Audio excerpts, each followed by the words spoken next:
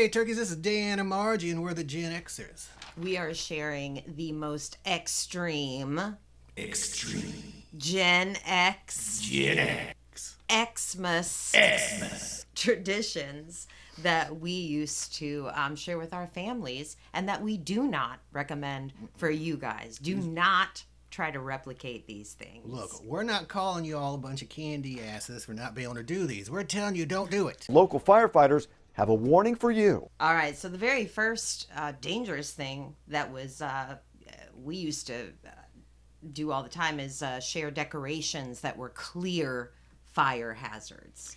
Yeah, like the big Christmas lights back then that were like the size, like 1,000 watt, the size of like a lemon or something. Would get like really hot to the touch. Could fry an egg on them. On your hand and on any wooden structure that you were putting it on, usually. And then there was big plastic like snowmen and Santas or whatever that you would just have some flimsy old wire going from your wet, snowy yard into your house. Right. Every year, some poor kid's house, like we'd come back to school and they'd be like, oh, so-and-so's house burnt down from his Christmas lights or whatever. Yep. Every year. Every year. Sometimes 7 or 8. Yep. 7 or 8 times. That scene in National Lampoon's Christmas Vacation when Clark is wrapped in all this stuff and sparks are flying everywhere. Yeah. That's true. That's actual footage from a Gen Xer Christmas childhood home right there. All right, here's one we both got kind of two scary but different versions of. A sled attached to a vehicle by a chain or whatever, or around here oftentimes it was a big inner tube attached to a chain and several people would sit on it at once and then pulled around town in death-defying speeds. Mm-hmm. Or going down some kind of death-defying hill or roadway that is not legal that the police would advise you against doing. Anyway, that's my version, and it's less scary than yours, so I'll kind of tell mine first. Okay. I've talked about how I'm here before. I'm from an old lead mining town. And so when they did the lead or whatever, got in there, dug all this stuff up, where the excess stuff has to go somewhere. So they pump it up above the ground into this huge pile of what we called chat, but it's just lead tailings and dirt and sand or whatever. It's toxic. But it was part of our town back then. It was like as huge as, like when your mom moved here, she thought it was a sports stadium. Yeah. Which you could fit this entire town into a sports stadium. But anyway. Right. And so we would climb that with our sleds, slide down this thing at about a 90-degree angle or whatever angle that is. I'm not good at angles. Well, no, more like whatever that is. Right. Yeah. And someone would get a concussion usually every year. Broken bones, definitely, from that. But that is, to me, my dad at least had the common sense to not truck us around town in his truck pulling us on a sled, right? So tell us your my stepdad we did attach our sleds and discs and stuff to the back of his truck. We had a giant hill between our house and the college, which was across the road from us. We lived back on a country road, and we'd go down that hill, and I'm telling you what, I mean, you're at the bottom reaching speeds of 120 miles an hour, 700 miles an hour. I don't know. But every year we'd do it every year, one time. And then after that one time, Mom would have like shouted at everybody, like, get on, oh my God, And then all of us would have remembered how dangerous it is. And we all would have pooped ourselves and gone, we're not doing that again. Yeah. We just cheated death. My dad would see people do that and he'd be like, those are idiots. We were, yeah. But it is another thing people would do at the chat dump. They would, hook up the big, huge, like, inner tubes to a truck or a three-wheeler even, and, pull the sled around and then stop and let it spin real fast or whatever. I don't know about all that, but I do know that plastic, after it goes down a gravel country road that's, like, we had snow. Don't get me wrong. You had, 3, 4, 7 inches of snow on top of this gravel road. But by the time you got to the bottom of the hill, the bottom of that sled was hot. Yeah. It was physically warm from the friction you made.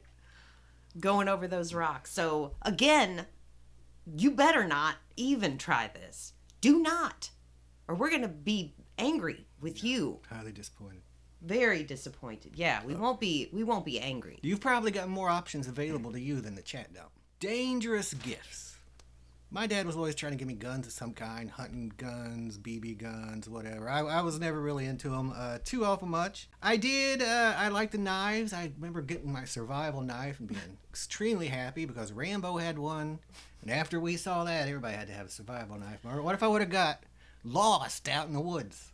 What would you do? I mean, there was a little saw in the handle you could pull out, cut down a limb with that, man. There was a compass on the handle. Right. Anything you would need to survive in the wilderness was on that.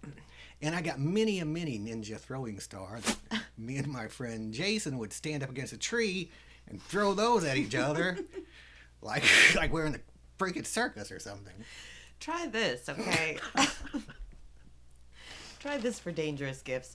We got one year a whole entire arsenal, like multiple guns per kid, and there were 5 of us. Yeah. There were 5 of us, brah. Okay? Sure. 5 kids. We each got like a double barrel and 2 pistols. We were pistol toting and double barrel shotgun, rubber band gun. Yeah. Big rubber band gun. We were big given ones, the industrial rubber bands. And let me tell you something. Those things do some damage. They live a whelp on you. They will do some damage. And we hurt each other time and time again with those. We hurt each other. And then we'd cry. And then we'd hurt each other again. Man, those were dangerous. Did you have wars? Yes. Team up, or was it every person for themselves? You know, sometimes it just depended on what you did that day. If you were good to me and we snuck some snacks out of the kitchen together, you might be on my team. Mm-hmm. But if you weren't, forget it. It's all out war. It's all out war, and I got 3 guns. Merry Christmas, kids. Merry Christmas. Again, don't do that. Do not make your kids rubber band guns under any circumstances. Well, maybe a little. Those are okay-ish. They're not. They're really not. They hurt. Alcohol-laden treats for all was something we, had regular exposure to over Christmas. I don't know how many rum balls I ate. You could smell the proof on my grandma's and my mom's fruitcake from across the room. Across the room. And we were often given like eggnogs with like 1, 2, 3, 7 shots in it, that the adults had mixed up. Here, have some eggnog. Okay. Yeah, I got drunk several times during Christmas. Well, I remember when I was a kid and I'd get bronchitis, I'd often get some Mogan David wine as my medicine. Just a little glass of knock you out. Yeah. I don't know. And they wonder, Gen X and alcohol is probably, could be its own video. But now we know why. They're applying it to us from the time we could walk on. Wait a minute. Could it be its own video? Probably. Let us know in the comments below. And make sure to hit like and subscribe while you're at it. Right. How about ribbon candy, Dan? How do you feel? You need a couple swigs of alcohol to get through some ribbon candy. My grandma would put this out. It was always a grandma, right? It was always a grandma. I think I've told you my grandma was kind of mean. This was the meanest thing she ever did. It looked so good. And I was a little fat kid, man. Did I love me some candy? Like, I one time got up in the middle of the night and ate an entire box of Golden Grams that my family hardly ever got because we were so poor. Usually we got those big sugar puffs. That's how much I loved food as a kid, Margaret. You were a foodie even back then. That's correct. Well, one way to break you of that is get a big old handful of that ribbon candy, all clumped up and stuck together and lint on it and whatever. And it tastes like 70s green, if 70s pea green had a taste. Yeah. It was the shag carpetings of flavors. I think you even said it tasted like shag carpet, which is pretty good description. Well, and back in our day, and I'm not saying anything about you youngsters, okay? But back in our day, and maybe in your day now, when you went over to Grandma's house, you had manners. You had manners, by gum, because we didn't get over to Grandma's house very often. And when we're there, you stick a piece of ribbon candy in your mouth, and all of a sudden you're going, what is this flavor of no fruit known to man? It's not umami. Is there savory in there? What is this flavor? And you can't spit it out because Grandma's sitting right there. Copper? What is it in there? What's that flavor? I don't know, but it's not pleasant. Have you ever had a snowball fight? Yes, I Have have. you ever had an ice ball fight?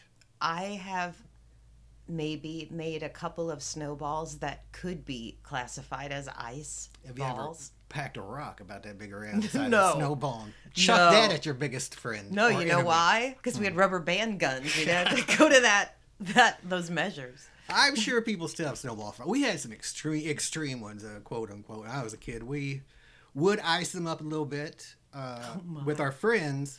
With our enemies, you might put a little rock. You might put a rock in one. I don't suggest it. My cousin did get his head busted open pretty bad by a rock in a snowball one time. Deserved? Who's to Man, say? who's to say who even threw it? The most extreme Gen-Xers Xmas tradition of all time, and one that only lasted 1 year, thankfully, was the Star Wars Christmas special.